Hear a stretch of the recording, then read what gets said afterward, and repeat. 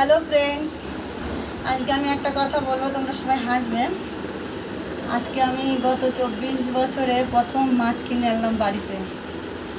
সবসময় বর নিয়ে আসা, তো এবার ওরা পাটা ভাঙা বলে ও যেতে পারছে না, সেজন্য আজকে আমি গেলাম। কেননা সামনে নবরাত্রি আসছে, আবার 9 দিন পর্যন্ত ননভেজ খাওয়া হবে না, সেই জন্য।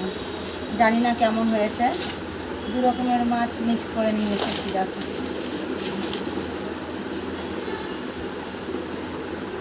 এই যে ফ্যাসা মাছ,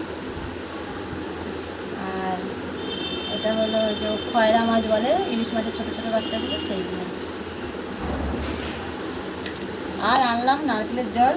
এত দাম বেড়ে গেছে, ডেঙ্গু হয়েছে বলে 80 টাকা 100 টাকা, অনেক কষ্টে 80 টাকা দিয়ে আনলাম। আর এটা তো বাচ্চাদের চকোজ আর চাই পাখি আছে, তো যেন বাজার না করে যে অবস্থাটা হয় আর কি, আমার সাথে সেটাই হয়েছে। তো কে কে আমার মতন বাজার করো না, কমেন্ট করে বলবে অবশ্যই, ঠিক আছে।